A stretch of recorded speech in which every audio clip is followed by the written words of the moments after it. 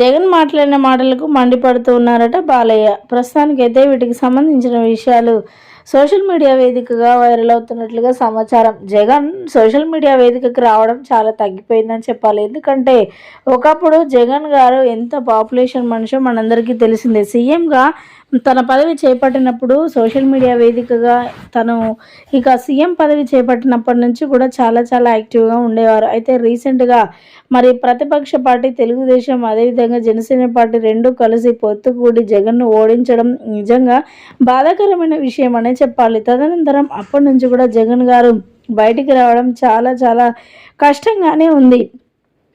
ఎన్ని ఏదేమైనా సరే ఖచ్చితంగా మేము మరలా పుంజుకుంటాం, ఖచ్చితంగా వెలుగులోనికి వస్తాం, ఖచ్చితంగా మరలా నిలబడతామంటూ కూడా మరి జగన్ గారు తన పార్టీ గురించి మాట్లాడడం, ఇప్పుడే ఏ పార్టీ అయితే గెలిచిందో ఆ పార్టీ అవినీతి చేయట్లేదా అంటూ కూడా కొన్ని సందర్భాలలో మాట్లాడడం లాంటివి కొన్ని జగన్ గారు మాట్లాడుకొచ్చారు.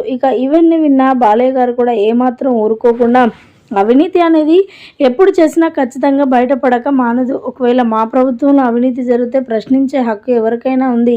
ఖచ్చితంగా మీరు ప్రశ్నించాల్సిందే. కానీ ప్రతిపక్షంగా ఉండి ఇలా మాట్లాడడం బాగలేదు. ప్రజలలోకి వెళ్తే కానీ ఏదైనా తెలుస్తుంది అంటూ కూడా జగన్ మాట్లాడిన మాటలను బట్టి బాలయ్య గారు మండిపడుతున్నట్లుగా వార్తలు వినిపిస్తూ ఉన్నాయి. ప్రస్తుతానికైతే వీటికి సంబంధించిన విషయాలు సోషల్ మీడియా వేదికగా వైరల్ అవుతున్నట్లుగా సమాచారం.